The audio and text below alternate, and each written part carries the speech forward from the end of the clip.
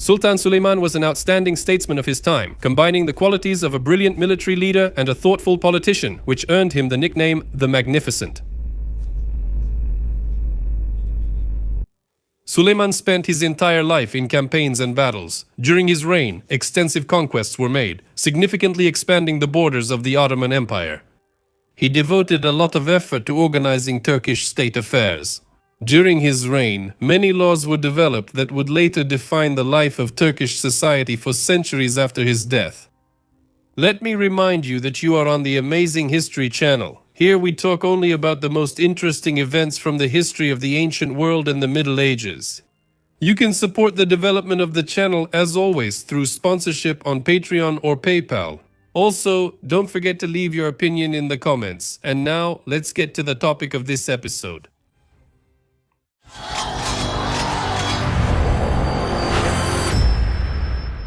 By 1518, the Ottoman Empire under the rule of Selim I had almost doubled in size. First, the Mamluk Sultanate was successfully annexed, which provided control over Egypt, Syria, and Lebanon. Then, thanks to the Barbarossa brothers, Algeria became an Ottoman province, giving the Ottomans a foothold for invading Italy and Spain. However, in 1520, Sultan Selim I died, and his 20-year-old son Suleiman succeeded him on the throne. Around the same time, a young Slavic slave girl appeared in the Sultan's harem who would play a fateful role in his destiny. Her real name was probably Anastasia or Alexandra Lisovska, but Europeans called her Roxelana. It is believed that the girl came from the territory of modern Ukraine and was captured during one of the Tatar raids. There, she was bought by Ibrahim Pasha, Suleiman's closest friend, who gave the girl to him as a gift. Roxelana, also known as Hürrem Sultan, quickly won the favor of the young prince and soon became his favorite concubine. Roxelana's charm, intelligence, and political acumen secured her not only a place in Suleiman's heart, but also unprecedented influence at court. But let's return to our hero. By the time he ascended the throne, Suleiman already had extensive experience in administrative affairs. Since during his grandfather's lifetime, he had already served as a governor in Kaffa, and under his father, he participated in meetings, councils, and campaigns. All this helped him to immediately get involved in the affairs of governance. From the first years of Suleiman's reign, large-scale conquests in Europe resumed, which had not been carried out there since the time of his great-grandfather Mehmed II. A few words about what Europe was like at that time. One of the strongest state entities in Europe was the Holy Roman Empire, ruled by Charles V from the powerful Habsburg dynasty. He was also at the same time the King of Spain.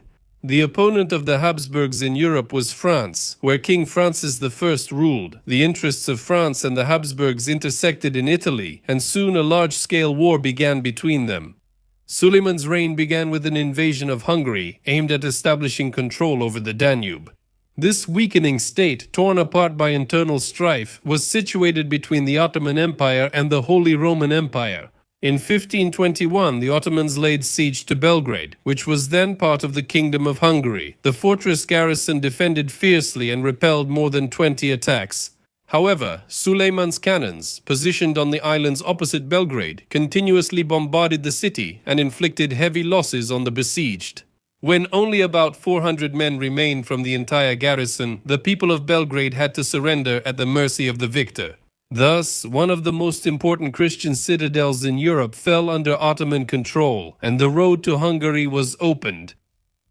But before starting a new war against the King of Hungary, Suleiman had to solve another problem, namely to capture Rhodes. At that time, it belonged to the Knights of St. John, also known as the Hospitallers. They had been a pain in the ass for the Ottomans for over 100 years. And they were pirates, constantly attacking Turkish ships and preventing the Ottomans from dominating the Mediterranean Sea. Suleiman finally decided to put an end to this, and thus strengthen his position in the Mediterranean Sea.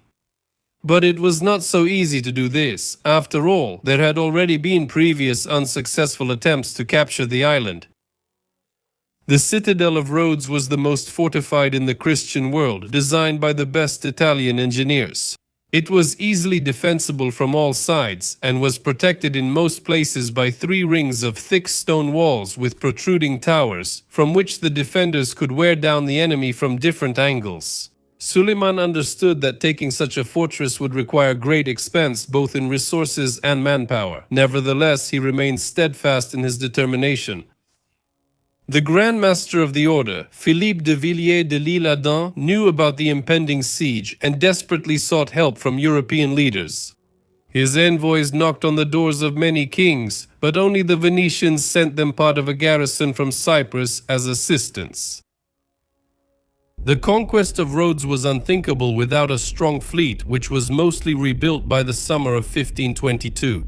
In June, the Turkish squadron under the command of Mustafa Pasha, consisting of 300 sailing ships and carrying 10,000 marines on board, approached the island. At the same time, the Asia Minor coast opposite Rhodes was occupied by a 100,000-strong Turkish army led by Suleiman himself. By the end of July, the army had crossed over to the island and began the siege of the citadel. The entire island was blockaded, completely isolated from the outside world. The huge army of Suleiman consisted of workers, engineers, infantrymen, and elite janissary units. In comparison, the forces of the defenders of Rhodes under the leadership of the Grand Master numbered about 7,000 soldiers, of whom only 700 were actual knights of St. John, while the rest were Venetians and the local Greek population of the island. By the time the Ottomans arrived, the Hospitallers were prepared for the siege. By the time Suleiman arrived on the island, a massive iron chain had been stretched across the bay, making the city inaccessible from the sea. Suleiman settled in a grand tent out of range of gunfire. Only after that did the siege formally begin. At the beginning of August, the Ottomans began bombarding the fortress walls with all kinds of siege weapons. From large bombards that destroyed stone walls with huge cannonballs, to incendiary bombs fired into the city to spread chaos and death among its inhabitants. Despite this, the masterfully designed fortress walls held firm. During the bombardment, the Ottoman troops dug and created a network of defensive trenches and wooden palisades surrounding the fortress. To undermine the fortress's defenses, Ottoman sappers began digging tunnels to place mines under the walls. They moved slowly, meter by meter. They dug trenches toward the city walls and protected themselves with wooden planks and animal hides. Despite this, many sappers were killed by precise shots from the defenders. However, on September 4th, they managed to detonate 2 mines under the English bastion. As a result, an 11-meter section of the wall collapsed, burying the ditch in front of it. The Ottoman infantry rushed into the breach that had formed in the defense of the company and managed to push back the defenders of Rhodes. They raised their banners on the walls to celebrate their victory, but it wasn't over yet. The artillery of the Rhodians began to fire canister shot at the breach, which was filled with Turks from the fortress, and they were immediately pushed back by a counterattack from the knights and Grand Master Villiers de l'Isle-Adam himself. The Ottomans attacked the breach 2 more times, but each time the knights held their positions. Both sides suffered heavy losses in this clash. By the end of September, the Ottomans' morale began to decline. However, on September 19th, Ottoman spies managed to report to the Sultan that the Castilian bastion was less defended than previously thought. It had no inner walls or countermines. With renewed determination, the Sultan ordered the full-scale assault on these sections of the fortress walls to be resumed. Mustafa Pasha led the attack. The bombardment caught the knights by surprise, and the Ottoman forces managed to breach the walls of the bastion. A fierce battle erupted, with the janissaries clashing against the disciplined knights. The bastion changed hands twice, but in the end the Ottomans were driven from the walls. Annoyed by such a failure, the Sultan almost executed Mustafa Pasha, but eventually relented and replaced him with Ahmed Pasha, an experienced military engineer. The fighting continued throughout October, mainly around the collapsed wall of the English bastion. The knights and their Rhodian subjects managed to hold back the janissaries, but each sortie cost precious lives. The Turks continued to bombard the city not only with cannonballs, but also with letters, in which they promised to spare the lives of all the defenders of Rhodes if they surrendered voluntarily, and threatened to kill everyone if the fortress was taken by storm. The threat worked. The noble citizens of Rhodes appealed to the Grand Master with a request to capitulate. The risk of an uprising within the fortress walls and the exhaustion of human and material resources eventually forced the leadership of the Hospitallers to seek peace with the Ottomans. On December 11, peace negotiations began. Suleiman offered the population of Rhodes food and protection if they surrendered, death or slavery if the city had to be taken by force. The negotiations soon stopped when the Hospitallers insisted strongly on guarantees from the Sultan, who ordered his troops to continue shelling the city. On December 17, the Ottoman troops captured the Castilian bastion once again and killed its defenders. This time it remained in Ottoman hands. The possibilities for defending the fortress were almost exhausted. De L'Isle-Adam ordered a white flag to be raised over the inner walls. The Ottomans, who had suffered heavy losses during the 6 months of the siege, agreed to a new round of negotiations. The peace was signed on December 20. Its terms were quite favorable for the Hospitallers. Suleiman spared the lives of the survivors and provided ships to transport them to Crete. The inhabitants of Rhodes were promised protection from looting, desecration of churches, and exemption from Ottoman taxation for 5 years. After their departure, Western and Turkish sources differ regarding what happened next. Western sources claim that the city was subsequently looted and that the Church of St. John was converted into a mosque. Sources also differ regarding the losses of the Ottoman troops, giving figures ranging from several thousand to 30,000 soldiers. The consequence of the capture of Rhodes by the Ottomans was their total dominance in the eastern Mediterranean. Now Sultan Suleiman could turn his gaze to the heart of Europe. The Ottomans had tried to conquer Central Europe since Sultan Mehmed II's time. Suleiman knew that the Kingdom of Hungary was the gateway to Europe, whose great powers were in a state of perpetual hostility. And this meant that the Hungarians would receive virtually no help against the impending Ottoman invasion. The Kingdom of France and the Holy Roman Empire, ruled by Charles V, were too busy fighting for control over Italy to pay attention to the Muslim Empire at their doorstep, and Suleiman intended to take advantage of this. In 1525, the Habsburgs defeated the French army at Pavia and captured the French king, Francis I. He was forced to make territorial concessions and give up his claims to Italy.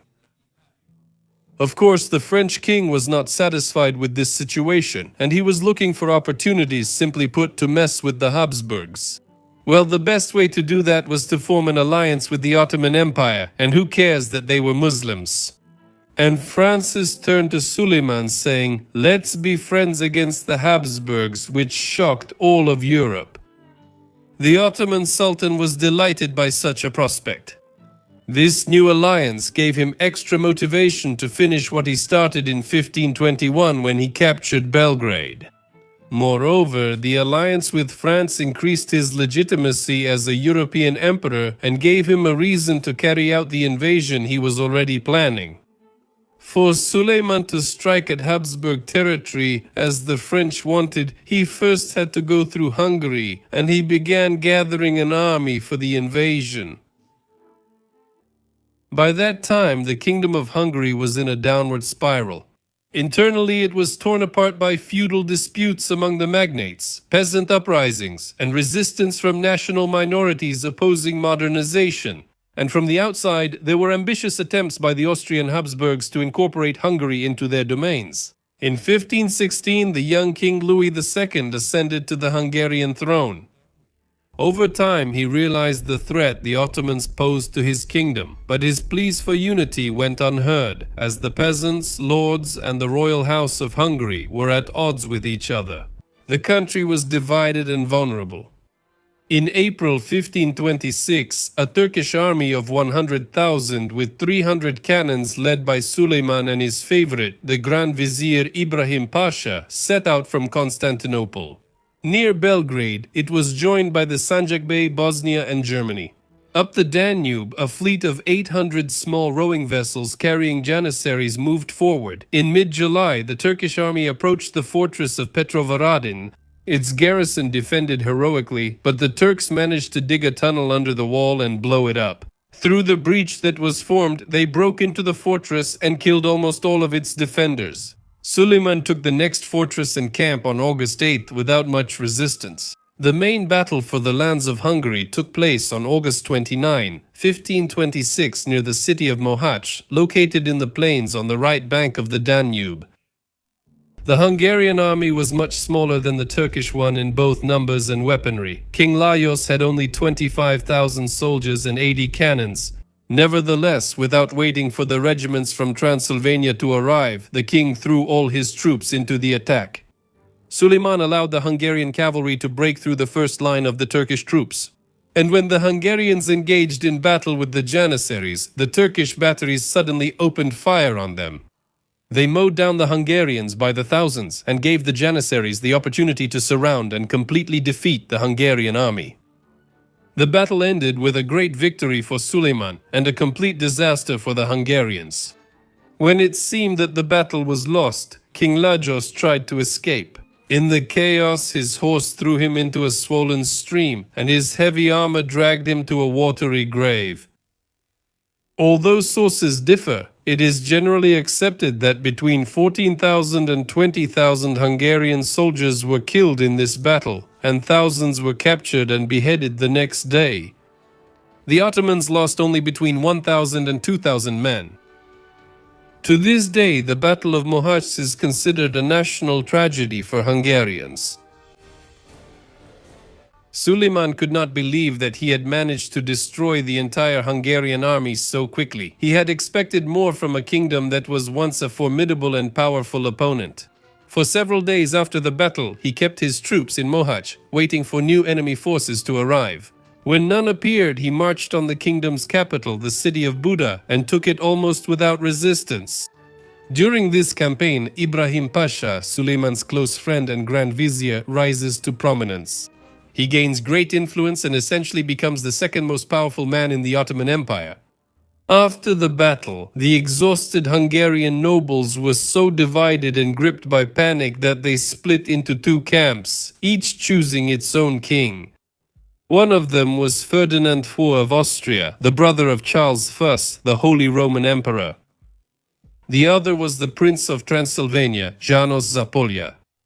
With the support of the Habsburgs, Ferdinand took advantage of the power vacuum and seized the Hungarian territories in Bohemia, taking the northwestern part of Hungary from János.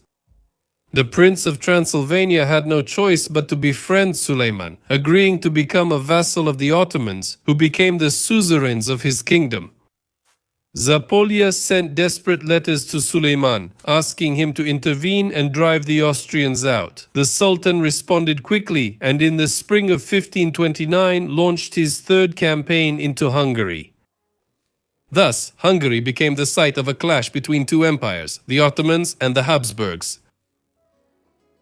Suleiman's huge army, consisting of 120,000 men, included warriors from all the Christian and Muslim ethnic groups of his empire. The Ottoman campaign to the north was not without difficulties. Spring rains poured down in torrents, numerous cannons got stuck in the mud, and camels, unaccustomed to the wet conditions, began to die en masse. Nevertheless, despite the difficulties, after joining forces with Zápolya's 6,000-strong detachment, the Ottomans swept through Hungary like a tsunami.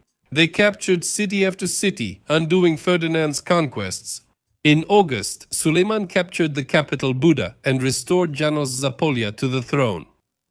Then the Ottomans moved up the Danube, invaded Austrian territory, and on September 28 began the siege of Vienna.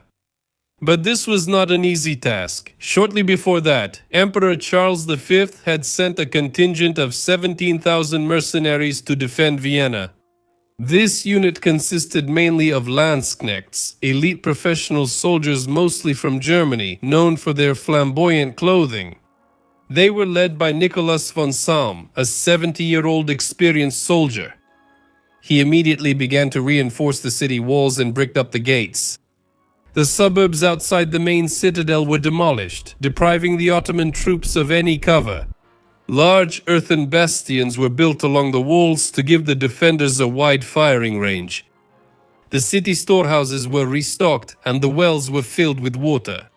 Vienna was ready for the siege.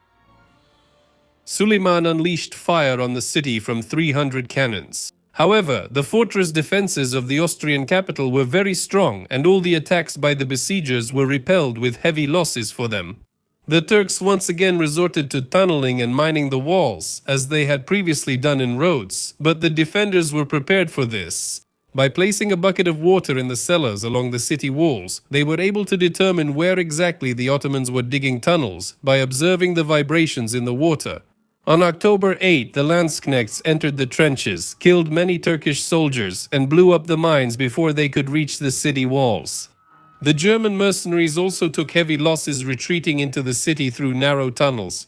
Despite their efforts, one of the mines exploded too close to the city, creating a breach in the wall. The Ottomans saw this as an opportunity and launched an attack. For 3 days, the Janissaries tried to enter the city through the breach, but they were repelled.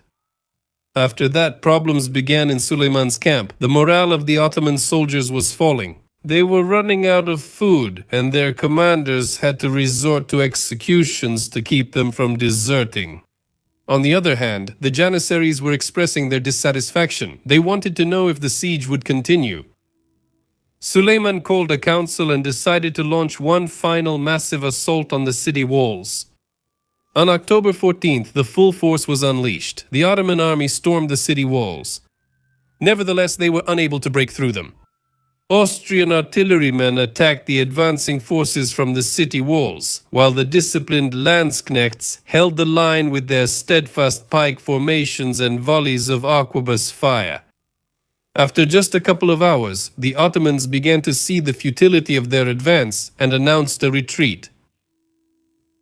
The next morning, a heavy snowfall covered the Ottoman camp. It was clear that the siege could not continue under such conditions. And on October 16th, the Sultan gave the order to retreat from Vienna. The Christians, however, saw the October snowfall as divine intervention. The defenders' losses remain unknown, but it is believed they were heavy. Nevertheless, Vienna was saved. But Ferdinand I did not have the strength to build on his success and was unable to liberate Buda. Although Suleiman failed to take Vienna, he presented the overall campaign as a success to his people. In the end, he nullified the Habsburgs' territorial conquest in Hungary and restored his own rule there. But it was clear that the confrontation would continue, and the Sultan would not be satisfied with this. His fourth Hungarian campaign in 1532-1533 also did not bring any significant success. The opponents, exhausted by the war, signed a peace treaty in July 1533, according to which western and northwestern Hungary went to Austria. And Ferdinand agreed to pay an annual tribute to the Sultan and promised not to attack eastern Hungary, where power was in the hands of the Sultan's vassal, Janusz Zapuliai. This treaty practically meant the division of Hungary. The peace concluded with Austria gave Suleiman a free hand to wage war in the east, where the Safavid state was located. There was a long-standing rivalry between the Ottomans and the Safavids for control over important territories in the Middle East, particularly Anatolia, Iraq, and the Caucasus. The rivalry was also aggravated by religious reasons, since the Ottomans were Sunnis and the Safavids were Shiites. The Ottomans saw them as a threat to their religious and political authority. Гегемонии в исламском мире. The Safavids actively incited Shiite uprisings in the territory of the Ottoman Empire, especially in eastern Anatolia. Therefore, Suleiman decided to deal with his Iranian neighbors once and for all, and at the same time expand the borders of his empire to the east. In September 1533, taking advantage of the Safavids' war with the neighboring Shaybanids in Central Asia, Suleiman sent a large army to Iran under the command of the Grand Vizier Ibrahim Pasha. By bribing the commanders of the Iranian border fortresses, Ibrahim Pasha opened the way for himself to the Persian capital Tabriz.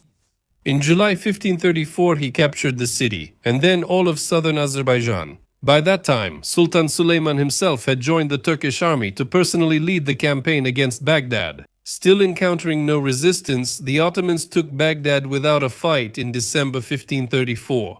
The Sultan settled in this city for several months, and together with Ibrahim Pasha, organized the administration of Arab Iraq according to the Turkish model. The territory of the country was divided into administrative units called eyalets, as was customary in the Ottoman Empire.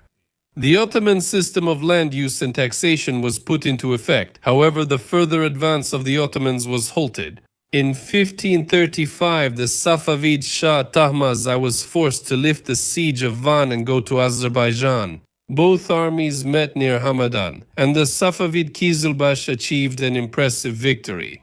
Suleiman retreated to Anatolia, and thus the first campaign against the Persians ended. And here I will make a small digression. And I will tell you about the behind-the-scenes intrigues in Suleiman's camp, which would later become the subject of novels and films. By that time, Roxelana had strengthened her position in the harem, which caused wild jealousy in Mahidevran, Suleiman's senior concubine, and the mother of Prince Mustafa, the Sultan's heir. At one point, Mahidevran scratched Roxelana's face and tore her dress. The Sultan found out about this, got angry at Mahidevran and sent her far away. And after that, something incredible happens. Roxelana becomes the Sultan's legal wife. Just so you understand, Ottoman sultans had never married before this. They had plenty of concubines, and that was usually enough for them. And the more children Hürrem bore the Sultan, the greater her influence at the Ottoman court became. The only person who stood in the way of Roxelana's rise was Ibrahim Pasha. Through behind-the-scenes intrigues, she began turning Suleiman against his best friend. Rumors were spreading that Ibrahim Pasha was secretly negotiating with the Persians, making unauthorized decisions, stealing, and things like that. But according to one version, what finally broke Suleiman's patience was the incident when, during the Persian campaign, Ibrahim Pasha executed Iskandar Çelebi, another trusted man of the Sultan. A death sentence was passed on Ibrahim, and one morning he was found strangled in his chambers. Thus, Roxelana became the only one who could influence the Sultan. The struggle with the Habsburgs in the West was not limited to military actions on land. Moreover, besides Europe, North Africa became an important theater of military operations. Back in 1533, the Sultan, realizing the importance of controlling the Mediterranean, began to expand his fleet. And for this mission, he needed a skilled naval commander. That person was Kheyr al-Din Barbarossa, whom I have already talked about on this channel. In the summer of 1534, a Turkish squadron of 80 ships led by Barbarossa approached Tunis. After a brief battle, the capital of the Hafsid fell. The other cities of Tunisia surrendered to the Turks without a fight. In 1535, Suleiman stationed his garrisons here. In the same year, Bedouin tribes rose up against the Ottomans. But in the battle near Cairo, and the cannons of the Sultan's artillery put them to flight. After that, even the Bedouins recognized Suleiman's authority. But this time, the Turks were unable to hold on to their conquests. In July, Charles V's large fleet approached the shores of Tunis with an army of 30,000 on board and drove the Ottomans out of it. Thus, they drove a wedge between the Turkish possessions in Africa. In response to this, starting from 1537, Kheyr al-Din raided and imposed tribute on more than 20 islands in the Adriatic Sea that belonged to the emperor's allies, the Venetians. In addition, indirect assistance to Barbarossa's corsairs was provided by Francis himself. Do you remember Francis, who was friends with the Ottomans against the Habsburgs? He made a secret agreement with Suleiman and allowed the corsairs to base themselves in ports in the south of France. As a result, they unleashed real terror in the Mediterranean. Realizing the threat posed by Barbarossa, the Venetians took the initiative to form the Holy League, which included Spain, Venice, Genoa, the Papal States, the Habsburgs, and the Knights Hospitaller, who were now based in Malta. A Genoese admiral named Andrea Doria was appointed to lead this alliance. But for now, let's return to the European theater of war. The 1533 peace treaty between the Habsburgs and the Ottomans did not satisfy Austrian Archduke Ferdinand, who was forced to recognize János Zápolya as king of part of Hungary. Therefore, in 1537, the Habsburgs attacked the Ottomans on land. A 24,000-strong army under the command of Johann Kočana invaded Ottoman territories with the intention of capturing Osijek, a major logistical hub in the region. But the fortress garrison was able to fight back, and reinforcements arriving from Belgrade dealt a major defeat to the Austrians. The Ottomans lost only a few hundred soldiers in this battle, while the Habsburgs suffered losses of more than 20,000 men. The defeat forced the Habsburgs to reconcile with Zapolya and secretly conclude the Nagyvarad Treaty with him behind Suleiman's back in February 1538. According to its terms, Ferdinand I Habsburg recognized János Zapolya as the lifelong king of Hungary and ruler of two-thirds of the Kingdom of Hungary, while Zapolya agreed to Ferdinand's rule over Western Hungary and recognized him as his heir to the Hungarian throne, since János was childless. Zapolya also arranged to receive military assistance against the Turks. As you can see, Suleiman's loyal vassals started making his own moves behind his back. At the same time, the Christian fleet captured the coastal city of Castelnuovo, located on the shores of modern-day Montenegro. This city was now supposed to become a coastal outpost for an invasion deep into Ottoman territory. Naval cover was provided by the ships of the Holy League. A clash between the fleets of Barbarossa and Andrea Doria was now only a matter of time. In the naval battle of Preveza in September 1538, the Ottomans defeated the combined Christian fleet. There is a detailed account of this battle on the channel in the episode about Barbarossa, so I won't dwell on it here. In that same year, 1538, Suleiman launched a campaign into Moldavia. The reason for it was the secret connection between the Moldavian voivode Petru Rareș and Ferdinand of Austria. Reinforced by the many thousand-strong horde of the Crimean Khan, the Ottoman army took control of the entire country and plundered it. Petru Rareș fled to Transylvania, and in his place Suleiman put his brother Ștefan. Moldova was subjected to a large annual tribute.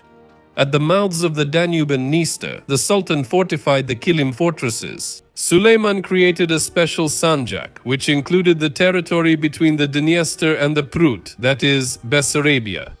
This sanjak will serve as a foothold for a future war against Poland. After the Battle of Preveza, the situation changed. The plans to invade deep into Ottoman territories from the foothold in Castelnuovo had to be abandoned. Charles V, Emperor of the Holy Roman Empire, refused to give this city to Venice. This led to the beginning of the end for the Holy League. The coalition was falling apart. The Venetians were demanding peace with the Ottomans, and without their ships, the Allied forces would be severely weakened. Suleiman did not want to leave the outpost to the Christians. Therefore, he ordered Barbarossa to reinforce his fleet and prepare it to capture Castelnuovo in the spring of 1539. Castelnuovo fell into Ottoman hands, but the victory came at a high price for Barbarossa. You can learn more about this siege in our episodes about Barbarossa. As a result, Habsburg influence in the Eastern Mediterranean was undermined, at least for the time being. As a result of all these Ottoman successes, the position of the Christian coalition worsened. In 1540, peace was signed with Venice, which ceded several cities in Dalmatia to the Ottoman Empire and paid 30,000 ducats in reparations. The only one who was dissatisfied with this situation was Emperor Charles V. The defeats at Preveza and Castelnuovo made him very angry. He tried to win Barbarossa over to his side, but without success. The pride of the powerful emperor could not accept such an outcome, and Charles was determined to respond. In October 1541, he attempted to strike the Ottomans in North Africa. A Spanish armada of 500 ships with a landing force of 24,000 soldiers approached Algiers. However, the time of year was unsuitable for such a campaign. His top commanders tried to persuade the emperor to wait, but driven by pride and a thirst for revenge, Charles did not listen to them. He personally led the expedition. On October 23, 1541, he landed with his army a few kilometers from the city of Algiers and began preparations for the siege. However, during the night, a fierce storm broke out, sinking many ships, destroying the Spanish supplies, and ruining the gunpowder, making the cannons useless. Charles, hoping to save face with the remnants of his troops, attacked the city, but the Ottoman garrison held firm. The emperor had no choice but to end this inglorious campaign, which lasted only 12 days. It cost him about 12,000 dead, drowned, and captured, as well as 200,000. And now let's get back to Suleiman's ally, John Zapolya, quite a character. I already mentioned that he made a secret agreement with Ferdinand, in which he promised to make him his successor. He was already quite old, he was a bachelor and had no offspring. Ferdinand was sure that things would stay that way, and that he would simply become king of all Hungary after Janusz's death. But in February 1539, Janusz suddenly married the daughter of the Polish king Isabella. This was a shock for Ferdinand, and probably he was even more shocked by the news of Isabella's pregnancy. He realized that Janusz had simply tricked him. In retaliation, Ferdinand betrayed Janusz to Suleiman, informing him about the terms of the secret agreement, hoping that the Sultan would punish his vassal. We don't know what Suleiman's reaction was. Apparently, he decided to wait and see what this situation would bring. In the end, just 2 weeks before his death, in July 1540, Janusz had a son, Janusz II Sigismund, who became the heir to the Hungarian throne. Ferdinand claimed his rights to the throne, saying, "Your late king promised it to me," but many Hungarian nobles did not want to be under Habsburg rule. They rejected Ferdinand's demands to give him the throne, and they proclaimed the newborn Janusz Sigismund as king and Queen Isabella as his regent. Letters were sent to Krakow and Constantinople to secure the support of Poland and the Ottomans. Suleiman recognized him as his vassal. However, Queen Isabella's support among the Hungarian feudal lords turned out to be insufficiently strong, and some of them switched to the side of the Habsburgs. Ferdinand decided that the time was right to reclaim Hungary from the Ottomans, and in February 1541 he sent an army of 50,000 under the command of Wilhelm von Roggendorf to lay siege to Buda. Upon learning of the Austrian advance, Suleiman decided to send an army to help the Hungarians, but it was still far away. Von Roggendorf reached Buda on May 3rd. It was defended by fewer than 3,000 Hungarians and Serbs. The Queen and her allies had spent several months strengthening the walls and building fortifications. The Habsburg commander did not want this. Not wanting to waste time on a siege, he tried to negotiate with Isabella, promising her and her infant son safe passage to Poland if Ferdinand's claims to the throne were satisfied. Although the Queen was ready to agree, the Hungarian lords strongly opposed this and imprisoned her. Von Roggendorf had no choice but to begin the siege. His troops used artillery to breach the city's defenses, but the Hungarians managed to repel the attack. Fierce attempts to take the city continued until the arrival of Suleiman's main army, which drove back the Habsburg troops with heavy losses for them. Over the next few days, Suleiman and his Hungarian allies celebrated the victory. Hungarian nobles and the Queen spent several days in the Ottoman camp near the walls of Buda. Meanwhile, Ottoman soldiers freely roamed the city at their discretion. However, this celebration turned out to be a ruse. Suleiman could no longer trust the Hungarians, so he took the city without resistance. He told Isabella that he would recognize her son as king, but his rule would be limited only to Transylvania and the lands east of the Tisa River.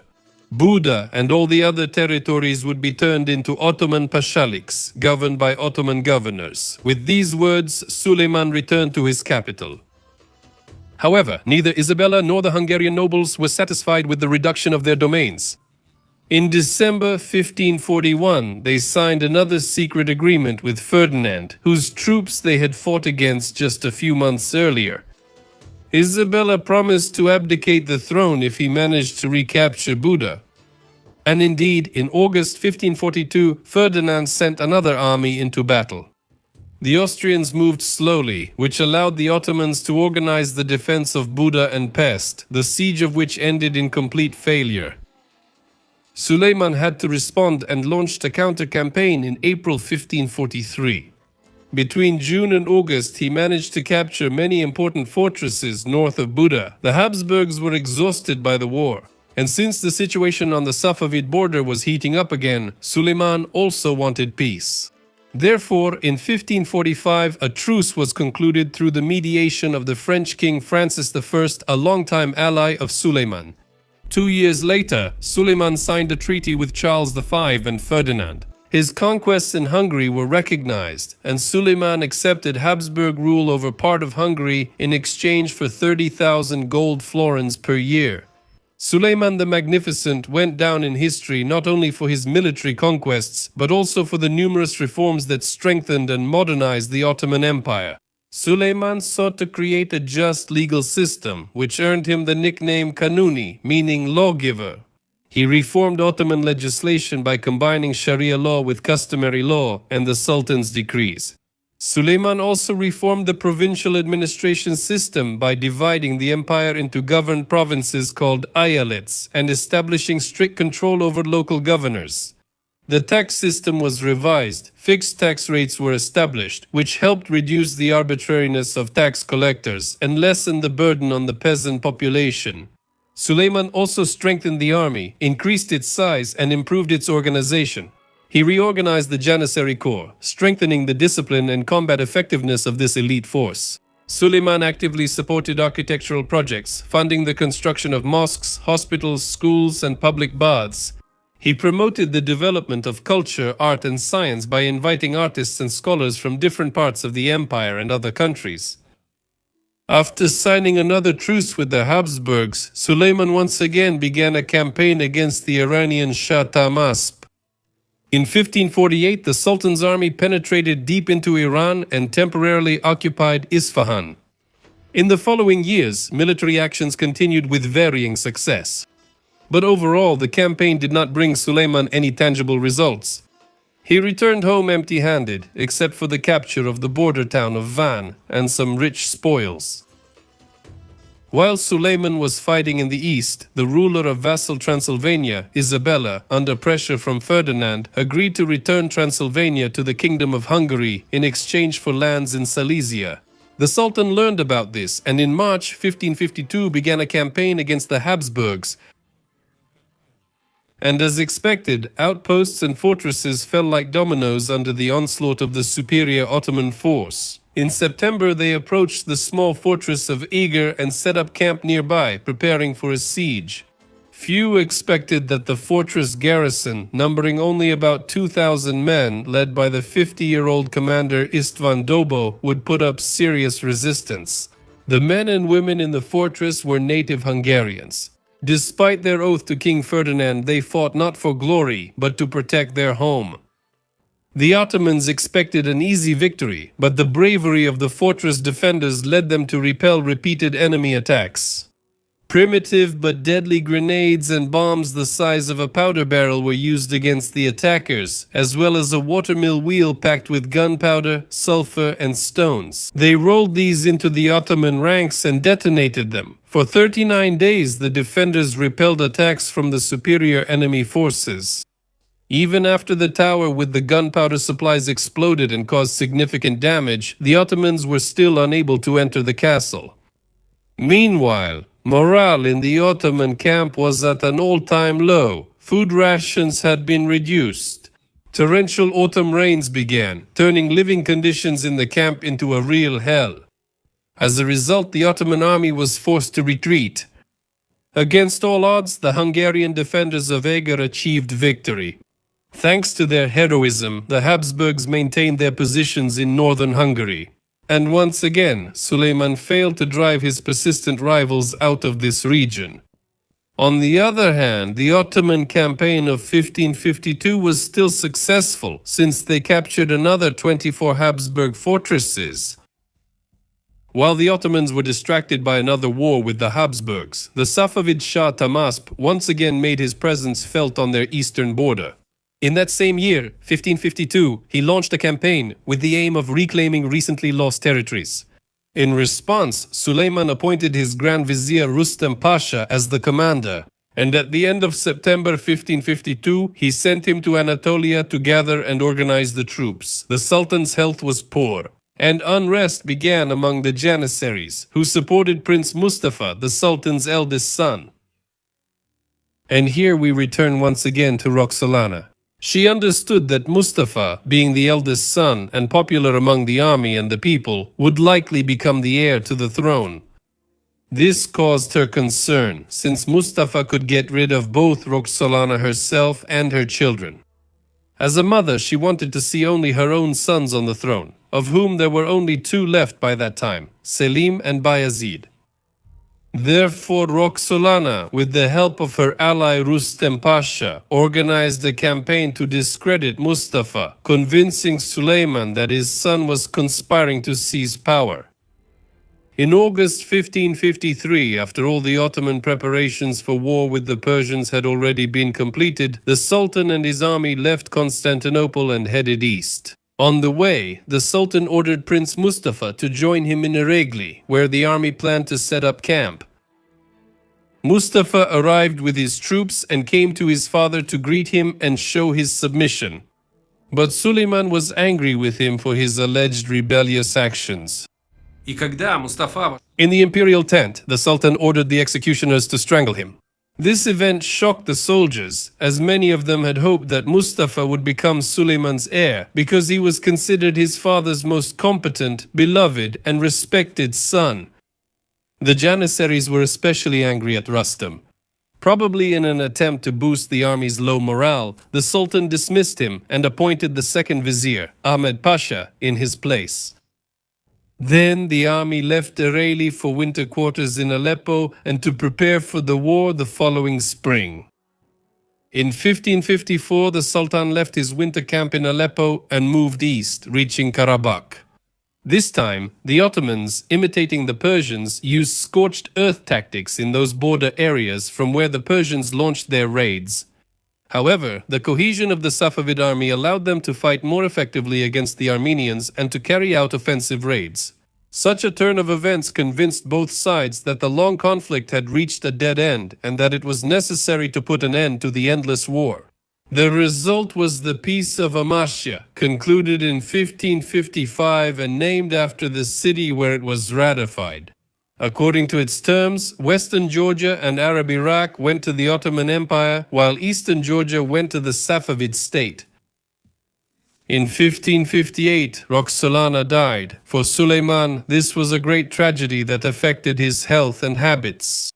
He became withdrawn and ascetic. In the same year, Charles V, his eternal rival, also died. It seemed that Suleiman's life had meaning in their confrontation. The decline of his life and his reign began. Once, back in 1522, Suleiman took Rhodes from the Knights Hospitaller, and so it happened symbolically that the struggle with them also marked the end of his reign. After being expelled from Rhodes, the Knights of St. John wandered across Europe for several years in search of a new home, until in 1530 Emperor Charles V granted them the island of Malta, along with Gozo and Tripoli. From there, the Hospitallers resumed their corsair activities against the Ottomans, and by 1550 had once again become a serious obstacle for Suleiman. The task of eliminating the threat from the Hospitallers was assigned to Turgut Reis, also known as Dragut. In 1551, he struck at the Knights, devastating the island of Gozo and enslaving almost its entire population. But after attempting to take the much more fortified Malta, the Knights fought him off. After that, Dragut captured Tripoli from the Knights and used it as a base for raids. Over the next few years, Dragut managed to capture part of the Balearic Islands and Corsica. In 1560, the Knights joined forces with the Spanish crown, Venice, Genoa, and other countries in an alliance to recapture Tripoli from the Ottomans. However, their fleet was attacked by Dragut at the Battle of Djerba and suffered defeat. The alliance lost dozens of ships and at least 15,000 soldiers. This meant that a power vacuum had formed, which the Ottomans could take advantage of. It was obvious that Dragut would soon strike at Malta. The Knights were preparing the island for defense. Back in 1557, they elected the cunning Frenchman Jean Parisot de la Valette as their Grand Master. Under his leadership, the Hospitallers rebuilt their fleet, which had been destroyed at Djerba, and began strengthening the defenses of Malta's three main fortresses. All buildings outside the fortress walls in the island's Grand Harbor were destroyed so they wouldn't become shelter for the Ottomans. The local peasants were ordered to gather all the crops and bring them inside the fortress walls. Additional supplies were also brought in from nearby Sicily. The native inhabitants of the island did not have any love for the knights, whom they considered foreign oppressors, but nevertheless they were devout Catholics and were ready to defend their home from the Muslims. Therefore the knights, who numbered about 500, were joined by another 3,000 Maltese militiamen, and a little later they were joined by 1,000 professional soldiers sent by Don Garcia de Toledo, the Viceroy of Sicily.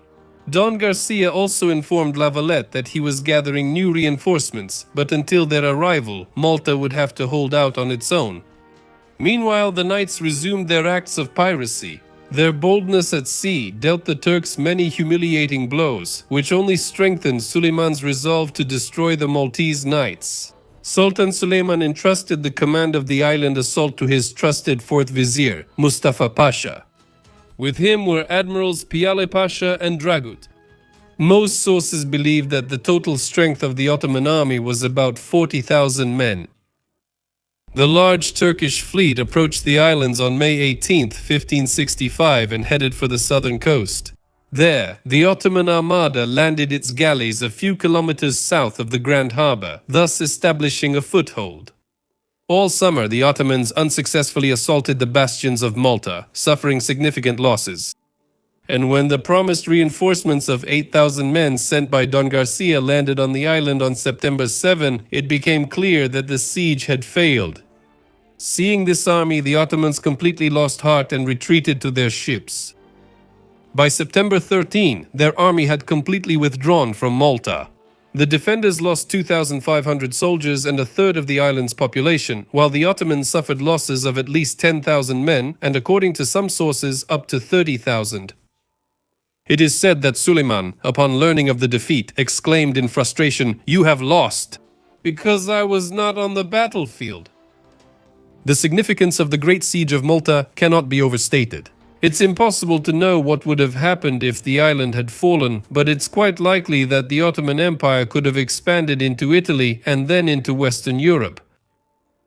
In 1566, the elderly and gout-stricken Suleiman gathered his army, intending to strike at Eger once again. He intended to take revenge for his previous defeat and then continue on to Vienna. But since Suleiman was already too weak to personally command the troops, the actual leadership of the army passed into the hands of the ambitious Grand Vizier Sokolu Mehmed Pasha.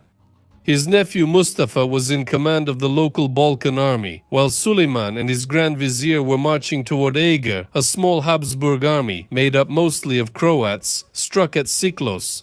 This detachment was led by Miklos Zrinyi, who had fought with distinction at the siege of Vienna decades earlier. After the victory at Siklos, he ordered the execution of the Ottoman commander, Sanjak Bey Bukhamed. This enraged Suleiman. The insults caused by his execution, combined with the threat that Zrinyi posed in southern Hungary, forced the main Ottoman army to change course and move against Zrinyi at his base in Sigetvar. Sigetvar did not hold much strategic value for Suleiman's current campaign, especially considering that the Habsburg army was gathering in Vienna. He expected the siege to be short, since less than 3,000 men in Sigetvar were facing an army of more than 100,000. Suleiman arrived at Sigetvar on August 5, 1566. The fortress had an unusual layout, which made it a difficult target to capture. It was divided into three parts: the Old Town, the New Town, and the Citadel. Each of them was located on a separate island, connected only by narrow passages. The nearby river fed an artificial lake that surrounded the three fortress islands. It took the Turks 3 days to capture the New Town.